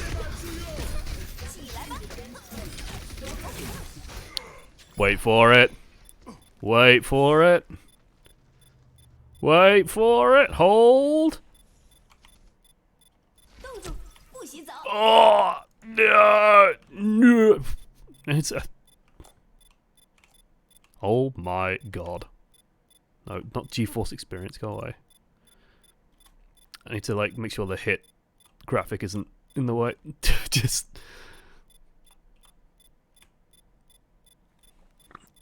I think that'll do. Do I have high-res screenshots on this? Yeah, I think I do. I'm gonna make sure. I'm gonna make sure because if this is going on YouTube, I need a thumbnail. Graphics quality advanced, texture filtering, screenshot. Yeah, 5 times. That's perfect. I think we got. I think we have our thumbnail, ladies and gents. I think we found it. Big mood, big mood. That was Ant Matrix all the way, allowing that damage to work. Finally gets him.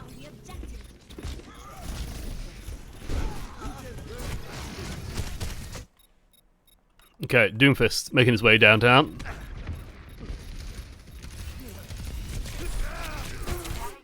It's just the most obnoxious thing. So many people chase him as well. Hotbar bombs, gets back in. Like the Doomfist distracted so many people as well. Now, like reinforcements are coming in, and no one's killing fast enough. Which I suppose is the problem with like Mei and Hanzo. They're both kind of unreliable, like what I would class as unreliable DPS. They're not good at killing things like, or not reliable at killing things like Tracer's, Doomfists, Hammonds. Like unless Mei lands the freeze, you don't like just bang bang bang and kill stuff. So like they couldn't deal with the Lucio, they couldn't deal with the Tracer, and so they really struggled. Time to raise my ATM. NYXL unimpressed by Boston. I mean, I think everyone's unimpressed by Boston. Not gonna lie. We're gonna mount an operation this year, guys. We're gonna try and steal Fusions and put him on a good team. That's the goal. Let's put him on, like, slowly but surely, we're gonna turn Philadelphia Fusion into Team UK. And we need to get Fusions on Philly. That's the dream. And then we need to get Smacks. And then we need to get KSP over.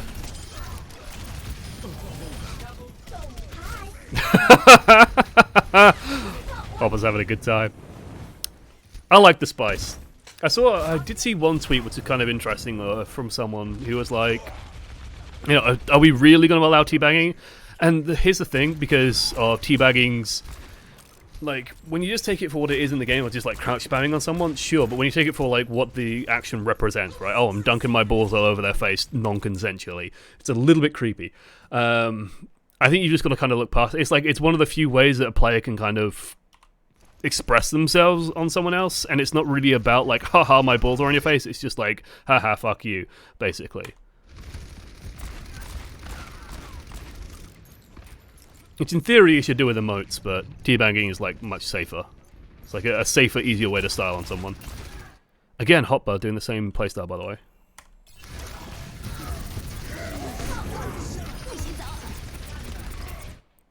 Another early blizzard to get the Mei. So who I used to kind of fall into the same trap, gets cornered off, goes into the ice block, they drop a blizzard to catch it. To catch the Mei, Axiom charges to finish. I should get them on the point. I mean, if it works, it works. And yeah, fails to death. Actually messed up his shadow. Oh dear. Oh dear, oh dear, oh dear. I mean, it's double variant. Oh yeah, Jonak was in a weird position here. I want to see how Jonak ended up there. I remember, like, the camera cut to that and I was like, what the fuck? Why is Jonak there? Which, I mean, it worked previously. The difference between this situation... Oh my god. The pain is coming. Okay, did he get pulled in?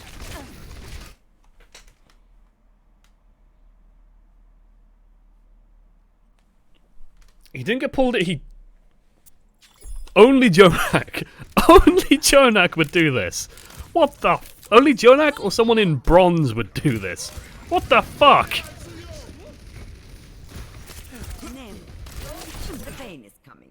It's the beauty of an anti-nade, and he's just like, okay, go, go, go, go, go, go, go, go, go, go, pressure, pressure, pressure, pressure, pressure, and I'm guessing he thinks that like everyone's gonna charge in, because it's a beauty of a nade, but Immortality Field denies all its power, and he jumps in,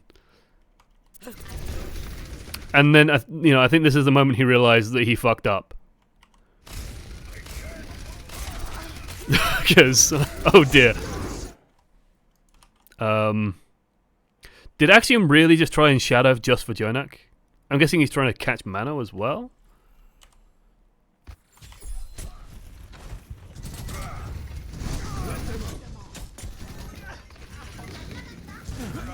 So they're going to call out that Jonak's round there. Because I can guarantee you one thing. Fusions is not going to be quiet. He's not going to like not tell people that there's an Ana around the corner. I actually don't mind the shadow so much. Like, from what he can see, it's not actually a terrible decision. Like, you would think that Earth Shadow would hit this Reinhardt, and like maybe even get the Diva as well.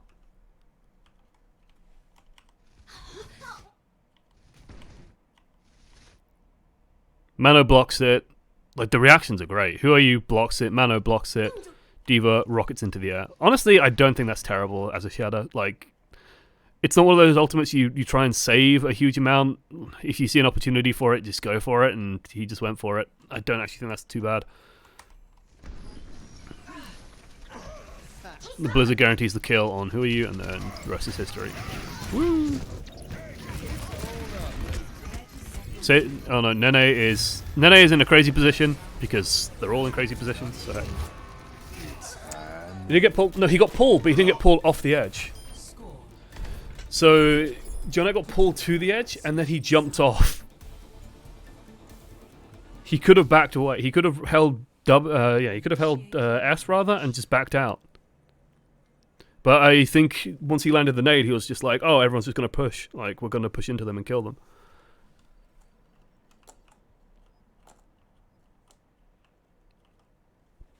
He could have 100% gotten out of that, I'm pretty goddamn sure.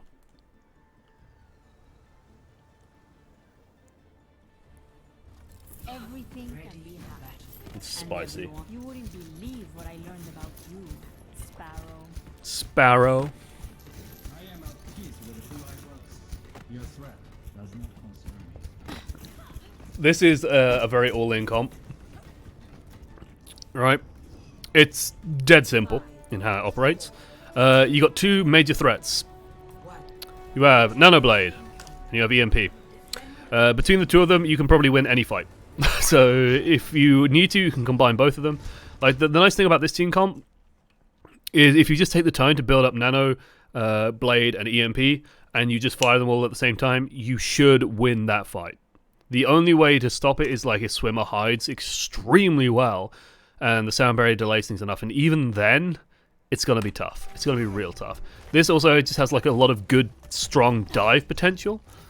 So it's going to be real nice for that. Is this the... Yeah, Nene does something really cool here. Like, this is such a cool entry. I fucking love this bit of Sombra tech. So, the hard thing with 2CP maps is often they have like a single choke point. Right? There's a single way in.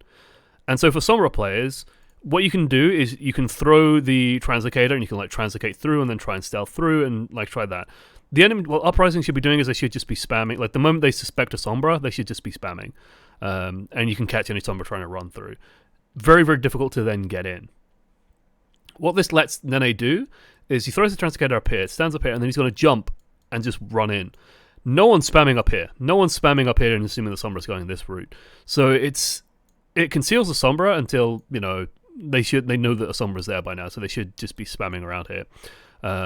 It means you don't have to like use your translocator to get through there. It means that you're not then stuck on like this side of the map over here and then have to like translocate over to get out of there, for example, or like try and run through that choke point. It's just so clean. So clever. And he's in. Be right back. And like that's honestly that's one of the harder parts of Sombra is like that initial getting in, and once you are in like this, yeah, they have to deal with you somehow. How the fuck do they deal with you? And the nice thing about this as well is that Nene now has time to like go, oh, there's a one lonely boy up there at the top, Taking the objective. so they can just pick a dive target, Help would be execute on a appreciated. dive. Immortality field. Color Hex just runs into the dive. Color Hex, are you okay there, son? Lad?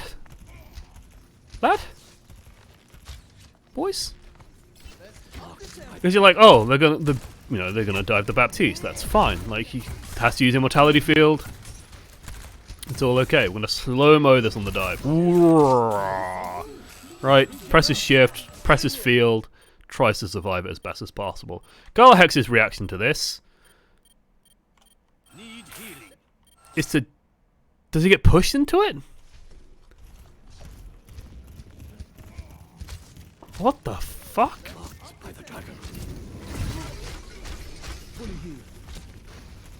Yeah, so No, he just ran to... They're playing dive, man! They're playing dive! They're playing dive! Why? He just... That's literally my face right now. Like... Could this be another thumbnail? I'm gonna take the screenshot anyway. No, go away. Go away. There we go. We're gonna get the screenshot anyway. I don't like the fact that there's still like the hit marker stuff on the screen. I can't really get rid of that, so we're gonna have to like put that there. There we go. Get that nice screenshot done. Yeah. I mean,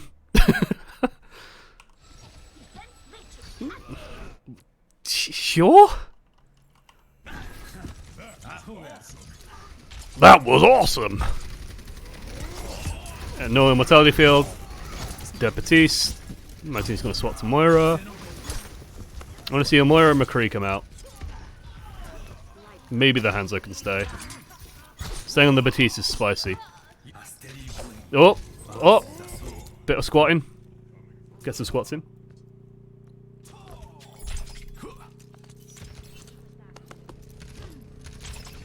Staying on the Baptiste is a decision. Notice Nene, despite like... Okay, I love playing Sombra. I really wish I'd got the chance to play Sombra more. She's one of my favourite heroes to play. She's like right up my alley in terms of stuff I like doing in games. A little help would I want to see how he got like 60% ult charge out of this fight, because honestly, like, he doesn't seem to be a big factor in it, but he's just kind of staying out of it and just being really fucking obnoxious. And that's how you play Sombra, ladies and gents. And he's got Mercy boosted him! I actually really liked that. During the initial dive, Animo was staying with Who Are You and like everyone else. Like, if you watch, he damage boosts Who Are You and he damage boosts the Winston a little bit. But then after that, he goes to boost Nene. And I don't know if this is an intentional choice, but it's a great way of making sure that Nene's going to get way more ult charge. Right, follows in, damage boosts and heals, keeps the Genji up and running, keeps everyone nice and safe. They can now take a breather, heal up, goes in. And then rather than, I know he does follow in deep, he goes very deep. Plays on top of this so he's safe from charges and stuff, that's great. I don't know, just feels like he's everywhere. Like, that was incredible. I barely, like, it felt like Nene was getting pocketed, but he wasn't. Nene just does tons of damage. 6% ult charge. And they're threatening going into this next fight with so many good ults. Take initiative, steal the pack. It's going to be extremely hard to get rid of this Sombra. There's the swap onto the Reaper. Yeah, that's fine. I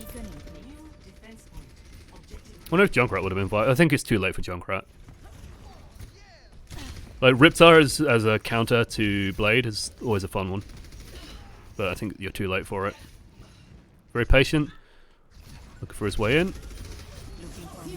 Scouts. Oh god, I love it. I love it so much. Because look at Who Are You. Right on him. Straight away. And all Uprising can do is play passive. Color Hex is getting ruined. No way. No. Oh shit, I remember this. This was like, this should not happen.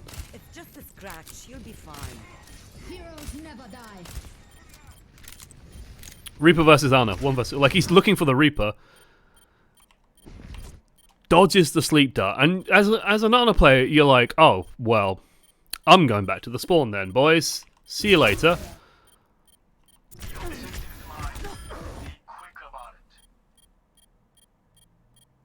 How? How? How do you fuck that up? Like, what the fuck? Helden sterben nicht.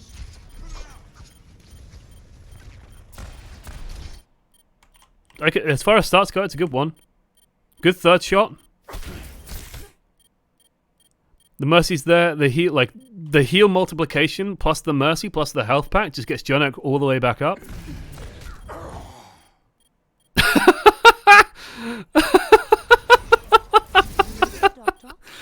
Oh, it's his job. This is his job. This man's meant to be one of the best in the world.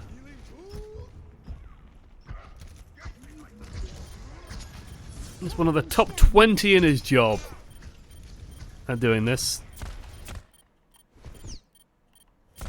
And like, it goes so well until this second here when Ana just goes, yeah, no.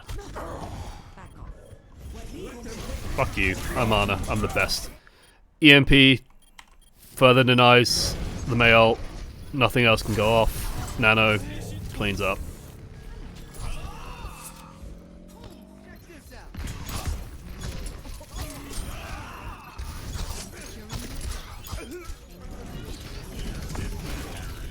Oh, the Hammond. Oh, Sombra must be so happy right now. Oh, no, again! Oh, I love the focus. I love the focus. This is so good from a Sombra player of like, I would 100% have gone, oh, there's a Hammond. I'm going to hack that because I like hacking Hammonds because fuck you, Hammond. No. No, no, no, no, no. Not Nene. Nene's too big brain. Nene knows. He knows. Here's the Mei spamming high in the distance and goes, oh, look, there's Mei. She has Blizzard. I'm going to hack that. You don't get to do shit! So, Color Hex can't play, Munchkin doesn't get to play, Boss and Uprising are playing 4 versus 6. Incredible. Incredible. That's what it should look like when a DPS fights an Ana. Oh my god. Oh my lordy lordy lordy lord. What a game. 2-2. Switching sides. Give me that coffee. Initiating. I mean, like, there was a hack involved, so no nade, but like, Sombra versus Ana is a pain in the ass anyway, because Ana's like got a tiny hitbox. Sombra doesn't do so well versus those. What's really nice about this, though, is Excelsior have shown that when they play dive, they play really clean, crispy dive. It's beautiful to behold. But they also play like a really good sort of standard. Like, they've been playing this comp a lot, and yes, they play it mostly with Sabiobi, but it's working out fine. Like, it's looking strong.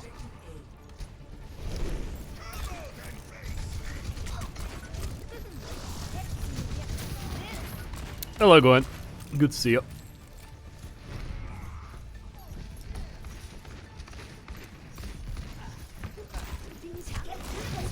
Whoop, whoop, whoop, whoop, whoop.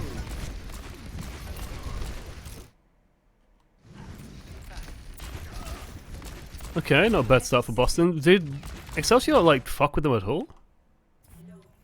Ready for battle. 5, 4, 3, 2, 1.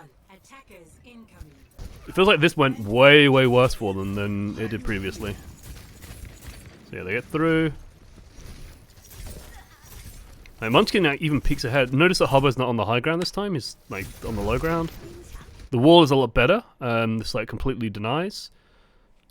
I'm guessing Uprising just take this space super aggressively. Yes, they do. Very nice.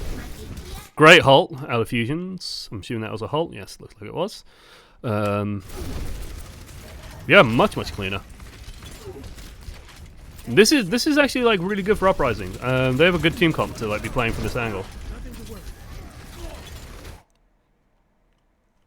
They had a good team comp to be playing from this angle. What the fuck happened?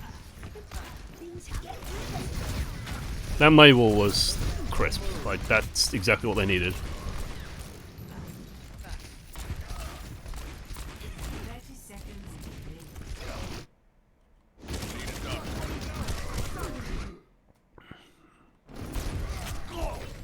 remaining. Yeah.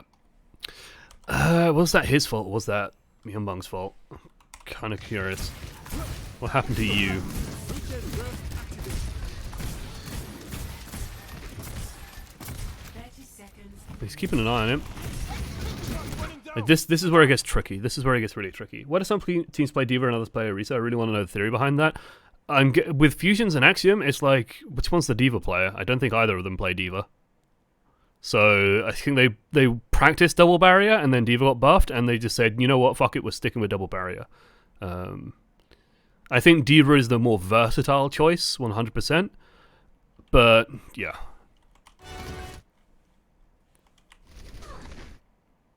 So this happens with Baptiste especially, but it happens with Ana as well, which is where you have like someone injured and then you just have everyone on the team in the way, and Colorhex can't get healed here. And I think this is more on Colorhex because Myunbong wants to be in this position here and wants to be safe.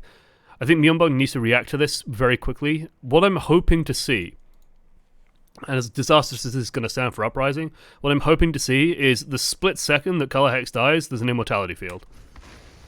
Because he needs to realize that you just cannot heal Colorhex in that position.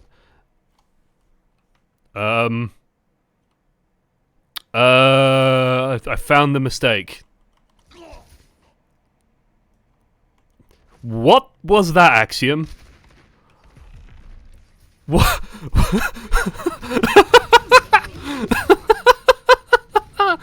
Oh my lord! 30 seconds remaining. Yeah, we've got ourselves set up on the high ground with double barrier. We're nice and scary. Oh yes.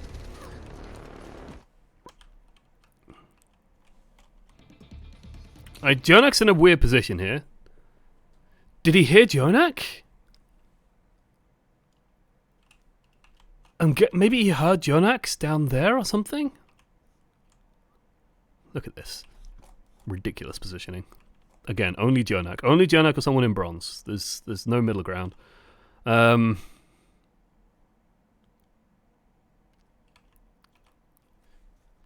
it to me. There it is. There it is. I'm about to end this man's whole career. Oh no, Nene does it. I'm guessing you heard Jonak shooting and turned around? I just... Wow.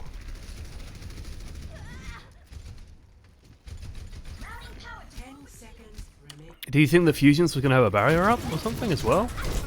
Where is Fusion's barrier? He's not using it. I'm guessing he wants to use it after the May wall's down and then use it to gain ground. Like, I get it, like the Orisa barrier is like way more precious now than it used to be. So you got to be much more careful with it. But that was... Like, if Fusions isn't going to use his barrier, Axiom has to keep his barrier facing the main threat. Even if there is someone behind them, Axiom has to face the majority of NYXL. There's no way around that. That's just main tanking. Nano boost on Mano. Not going to be able to stop him. Blizzard's nice. Actually might do something. It's a very good ulti, but here come the reinforcements. Just lands on the point. Down he goes. Down you go.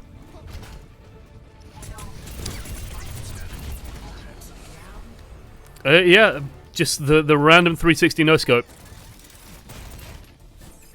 Score. That's why you camera pan with Reinhardt? Yeah. Switching sides. I mean, I understand the fear of the Ana in particular, because if you think like, you know, if you think, oh, Jonak's like back here somewhere, and you've got your back to him, guess what? As Reinhardt, he's going to put a sleep dart in it, right? So you're kind of scared of that.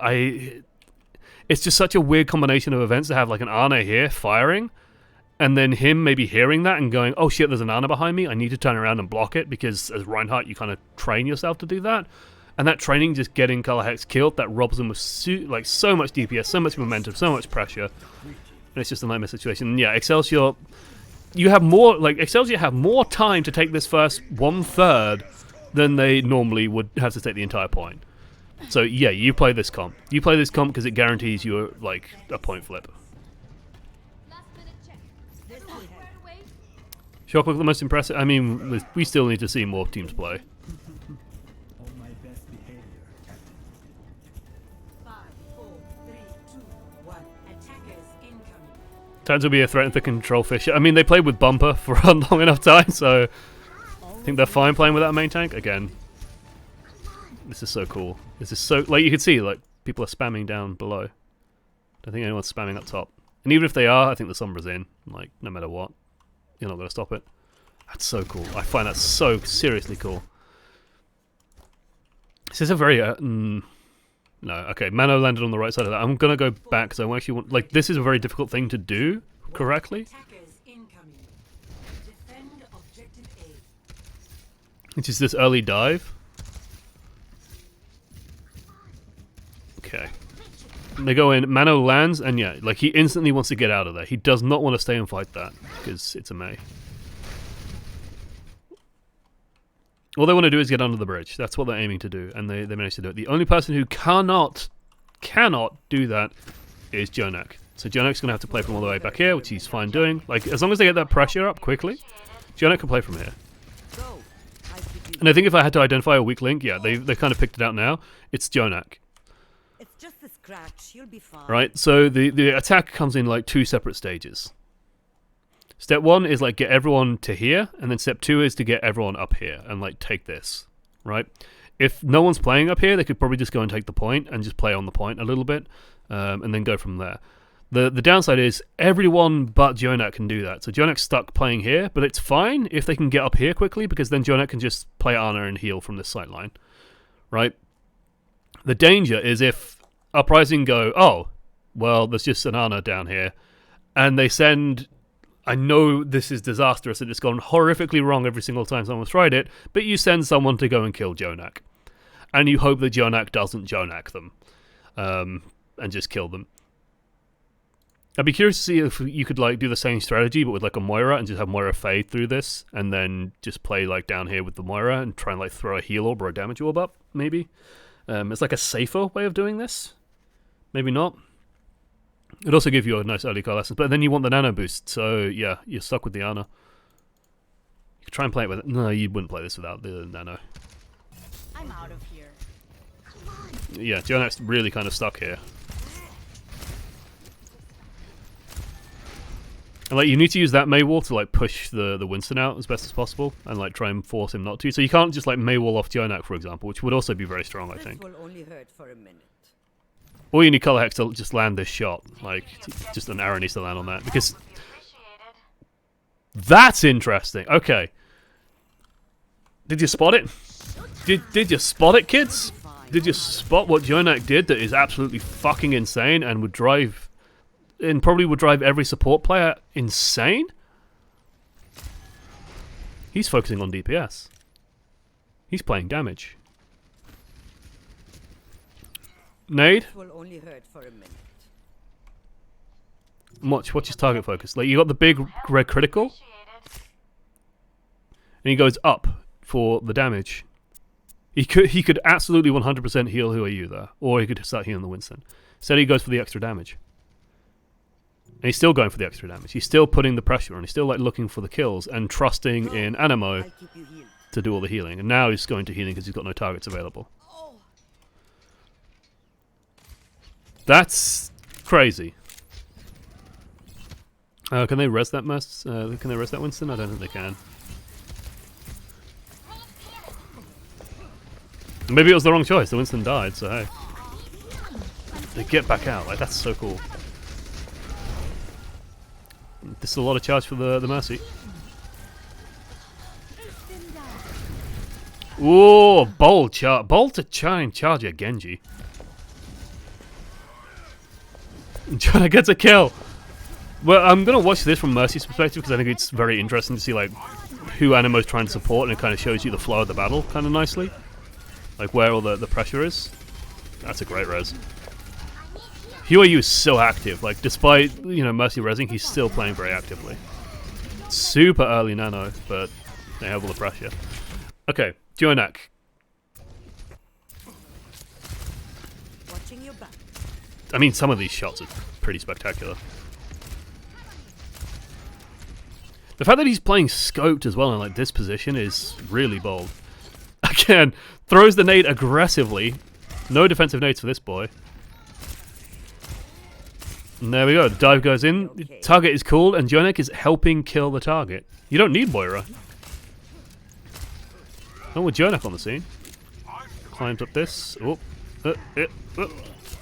Again, there's like two people critical, and he goes for the kill. Oh god, who is this man? Who is this absolute fucking mad lad? It's so antithetical to like how I play support that it's great. And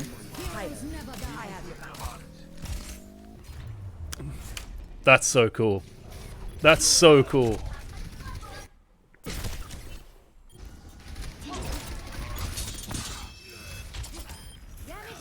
We're gonna watch Who Are You because also it's been so long since I've seen a Genji play, and like a top quality Genji like this one. That's, by the way, I love that from Fusions. I remember spotting that and going like, yeah, Fusions, like using that big Orisa bod to block the slap target.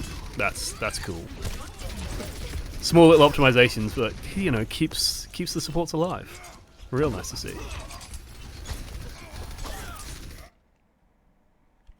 This is a bold charge out of action. I guess it like pulls some of the pressure. Oh no, they tried to do a halt charge combo. Oh, that's kind of cool. Doesn't work, but hey, if it worked, it would have been fantastic. Like,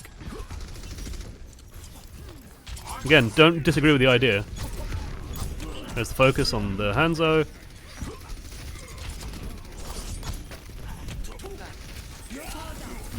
And then like this is just like, hey, let's just keep this momentum in our favor. I think this is also flexing. Like, to me, this is 100% flexing. You don't nano the Genji there if you're like playing seriously. You nano the Winston. Oh no, Winston gets res. He's fine. Whoop. Mercy, everyone. Has value. Like, you 100% nano this boy. But Jonek's just like, nope, fuck it, go have fun.